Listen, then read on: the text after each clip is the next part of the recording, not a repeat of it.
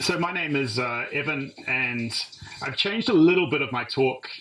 What I've got in the abstract there, I was talking a little bit about more just databases in terms of using databases with inside Docker and Nextflow, and I've added a few more things that I've been looking at more recently around modularity, so toolboxing within Nextflow and some ideas for that, and also a little bit at the start just to introduce it for more of the some of the newer users. So I've been, turn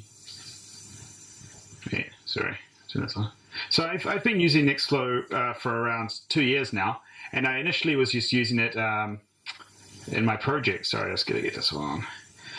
For doing many things, so lots of multiple sequence alignment and things around phylogenetic trees. And it was really one of the big demands for it was inside the lab was on some of these projects and having so many inputs, so many outputs, mixing and matching.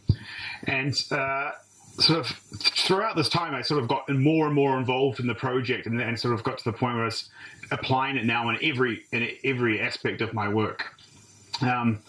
So today, as I said, I'm going to have sort of three parts to the talk. And firstly, talk a little bit about the publication and some of the techniques which we use for reproducibility in the paper and how you can use them as well, and sort of some small demos around that.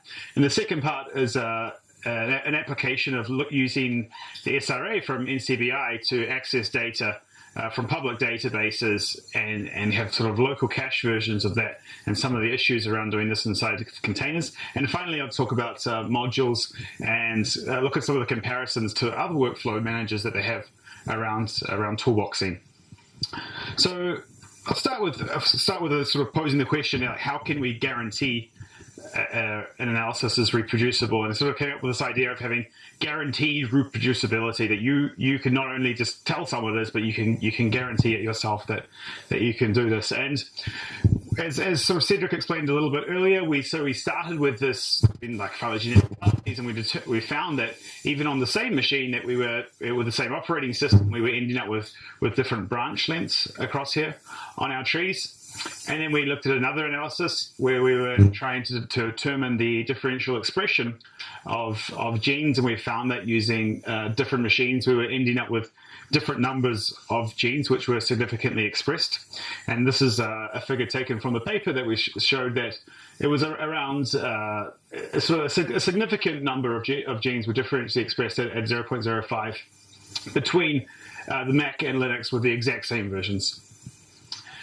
We then took this one step further. This is using the companion pipeline, and this is around gene annotation. So taking a genome and then annotating the functional components of it. And when we did this, we saw that even with the same software, in this particular situation, you ended up with the start position of this gene was annotated in a different location, depending if it was on Mac and Linux.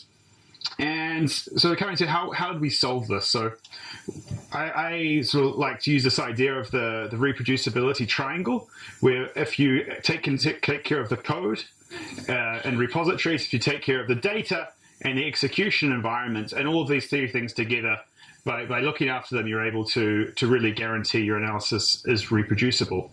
And there's a little bit more about this in the blog post on the Nextflow website, which you can find there. I was now going to go into examples of how you actually do this practically in Nextflow. So the first one is Docker. We've heard a lot about Docker today, but I'll just show you how easy it is to use Docker practically in your Nextflow. So it can be as simple as entering into your project directory, editing the config itself, and just specifying the container. And this container here can just be on Docker Hub. And then you're able to pull directly, specify you want to use Docker. And when you go into the Nextflow directory, you're able to just run it with Docker. And you can see here that Nextflow will then go pull the Docker container from the repository and run live. And this is just the hello world example here. And you can see we end up with the hellos. So each one of these is running its own Docker container. And it is really that simple to do. It can also get a little bit more complicated. So that was just specifying the container itself. But you can see here that it's now pulled to your local repository. And you can also specify the tags themselves. So inside the config, not just specifying the container, but actual image IDs here. And Phil showed a little bit of this earlier on, and how you can link those tags to specific version releases in your GitHub code. And finally here, you can also put in these, which I do very often to make myself feel better, is this SHA-256 hashes, where you just have the whole hash there, and you guarantee that when every single node goes to pull, you end up with identical code. Finally, we've got also the GitHub repository, and this is very simple to use as well. The same, you can just be inside your project here. You can, in this case, you're just running locally, so this is just running the hello world from a locally pulled one. But I can also specify now, instead of being in the local directory, I can just give it a GitHub ID. So from the login, in this case, it's just the Nextflow hello world example. And you'll notice here that this is going to now pull from GitHub directly. You'll see there, should come up. There we go. So this is pulling from GitHub and then running itself. And this keeps a local cached version of the GitHub repository inside the Nextflow directory. And the final thing we can do here is put these revision tags in here. And this is very important if you have different versions, or you want to put a specific commit. So by putting these revisions in here, then you know exactly what you're getting. And if we see how that works inside GitHub itself, if we go through on here, you might have your master branch. In this case, I had another branch called my branch, and by just using that revision tag, I'm able to run this specific version. I could have also put this commit number in the revision. I could have also put a release version in. You can see how that ties into the Docker as well. So the third part of the reproducibility triangle comes into data. I think this is probably the most challenging bit in terms of having reproducible analysis. You have a kind of several options, and one of them at the moment that sort of people are leaning to for small data sets is this kind of post-publication databases such as Zenodo, and this is what we used in the paper itself, where you're able to take all your data and all your code and put it all into one place, and then and sort of leave it in repositories. Problem is, for very large data sets, so when we're talking, like massive amounts of sequencing data, this is not really ideal. And you're running into a lot of problems now where the publishers say they want to have something reproducible. They want to say, like, you should have your code there, but they don't want to know anything about it in the same way. So there's a kind of a little bit of a challenge here in between the publishers and us as people who want to be able to perform reproducible analysis. So altogether, we put these three together. So as I said before, we were using Zenodo before, put everything in there, and we were able to wrap it up, and this came up into this publication, which we got in April of this year. So the next part, I'm going to talk about sort of data, and as I said, it's one of the more challenging bits, and I want to just use an example of something I was sort of playing around with to see how we could integrate the SRA with Nextflow and still keep all of the same principles we talked about before. Also, like, what do we want to do in the future? Like, what sort of data integrations do we want? What sort of data integrations do users want to be able to do this thing going forward? So I think I missed a slide there. Yeah, so you have had some challenges here that on our execution environment, so we might be running on a laptop or a cluster or on the cloud. Often the data is stored somewhere else. So this could be in external databases on the cloud or on a shared file system. And you don't necessarily want to be able to have to pull it every time, or you don't know what you're going to need to pull every time. And it also provides challenges with public and private access of this data. Some of it is publicly available. You want anyone to be able to access with a single command, and some of it you want to be able to sort of keep behind some sort of security. So we chose the SRA to use because it is one of the largest sequencing databases out there. Many journals require that people who are funded by the funding agencies put their data into SRA. It's just coming up to, I think it's now over 15 petabases of data, and growing all the time. So they also have a collection of open access tools, so APIs, which you're able to use, and they kind of create these virtual databases for creating your own versions of them and accessing the external ones, like I'll show now. So what I ideally wanting from this project was something to me to say, okay, run my pipeline, and I want to just simply specify the IDs. And then by specifying the IDs, I don't want to know, I don't really care where they are or specifically about the technicalities behind it. I just want the user be able to do this. So it kind of needs to be flexible in the sense that I can change these things, obviously portable with the same principles of Nextflow, run in a single command, have this option for secure access if it's needed, as well as avoid this redundant downloading, so that if I've already downloaded them and I've got a local copy, I don't want to have to go pull from SRA every time that I want to redo the analysis. And the solution I come up with is using some of these SRA tools. So this first one you may have where so if this is the Nextflow execution, each one of these is a task, and this is a process called prefetch. Each one of these would be a sample. So this would be one sample, this would be one sample. It will search first your on-site SRA, which can simply be a cache location. And from there, it will determine if this is present on the SRA local version. If it uses Aspera, which is a very fast transfer protocol to transfer from the public SRA to the individual residing, sort of done inside the container. And then using publisher, which is a sort of a Nextflow directive, at the end of the process, the output of that channel is simply the SRA data. So in this case, this one was not present in our on-site data. Would have all 3 samples the on-site SRA. Finally, before you do any actual mapping or dumping of the data, we run a validation. So this is a single process. This just simply validates the data. And then you can do your FastQ dump or do your mapping or any of your downstream analysis, which you traditionally do with short read sequencing data. How I set this up is simply setting a cache. In this case, this could just be anywhere on a shared file system. So whether you're doing this on the cloud, this should work as well. At the moment, this is just in the local directory, but very often large institutions, they might want to have their own separate cache, which is just maybe even only read only. And then you can have your own local ones, which you can specify. And you simply mount this location inside the Docker container. So this is a Docker option inside Nextflow, where it's so basically anything you put here will be added to the Docker command inside Nextflow. Inside a Docker file, many of you may have seen this before, but it's simply a matter of installing the software, and this resides in the Docker file. So here you just have pulling from GitHub and then doing an install of the various NCBI tools, and then just a little bit of a config of the 2 locations. So we have a local NCBI and a site NCBI inside the container, and these are configured using these VDB config tools. With this, in terms of the secure access, so using Aspera, you have the option of having a public and private, exactly the same way you have SSH access. So the private key could be stored.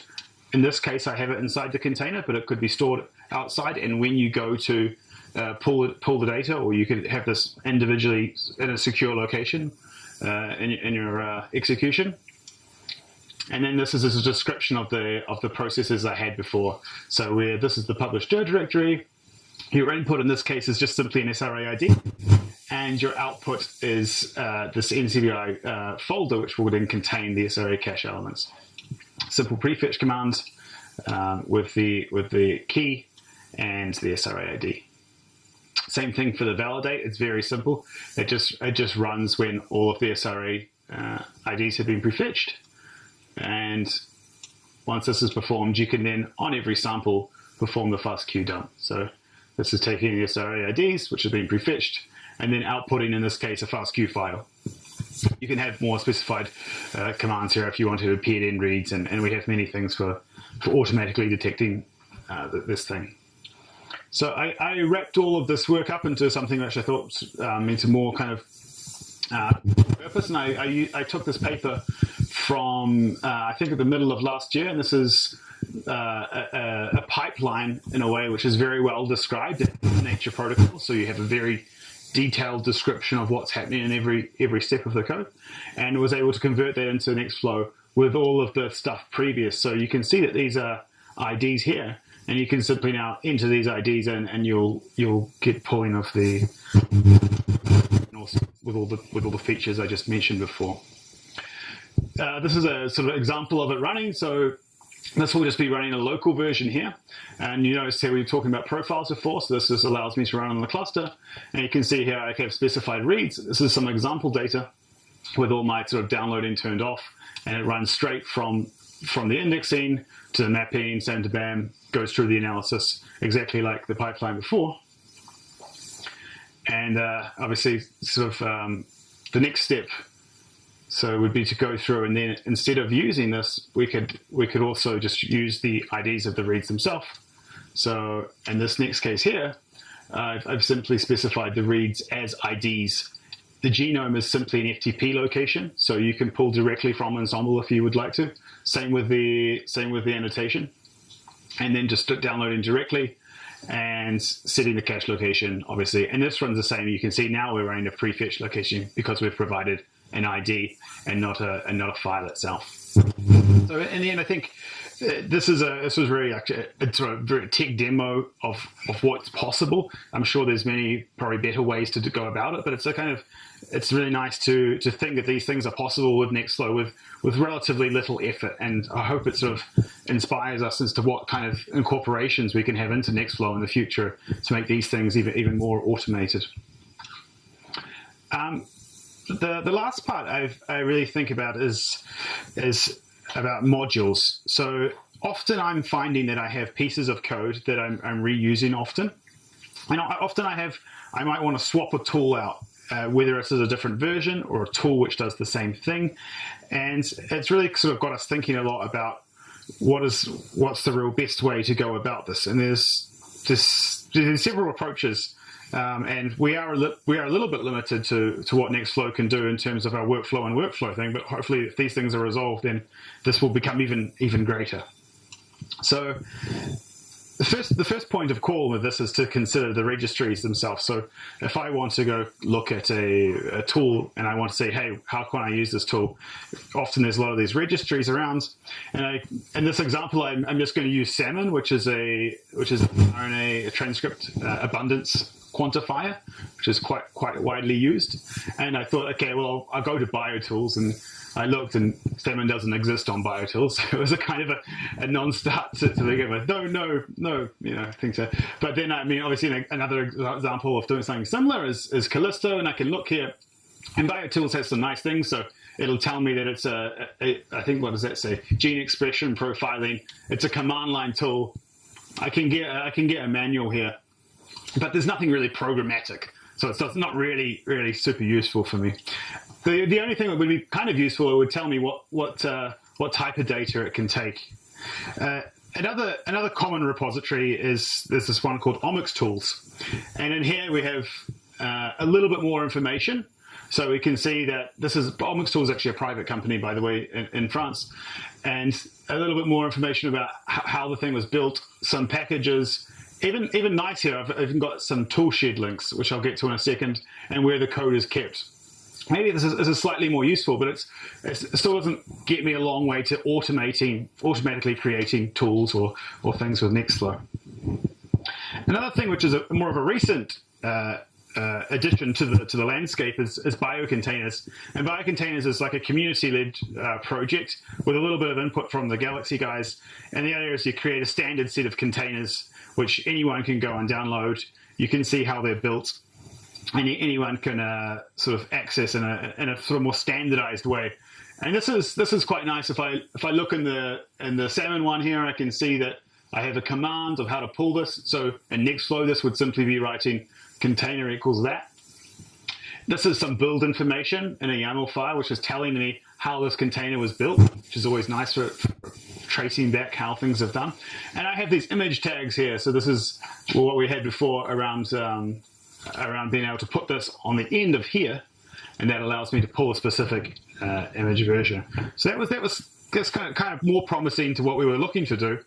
But the real I guess competitor here or ideas that these have inspired from is the Galaxy toolshed, where they have many tools and wrappers around them. So XML wrappers, which are taking all of the command line options, and you know exactly what they are. The problem with these things is that they're very complicated, and I'll show you an example after this. They also are able to take many tools themselves and package them up into a workflow, and this starts to touch very on CWL. as we'll see here. So this is just, I mean, I think this is salmon. There is something like 600 or 700 lines of just of this. It's not exactly super readable. I don't know if you would go through it, if you would use it like this. Maybe it's not the best way. In the same way, it is describing everything in a probably very, very defined way. And I kind of started looking at of using the information in boilerplate XML. And this is a tool called Planemo, and it does look that like CWL and Galaxy are all moving in this direction to do it. I thought it was a little bit heavy for what I wanted.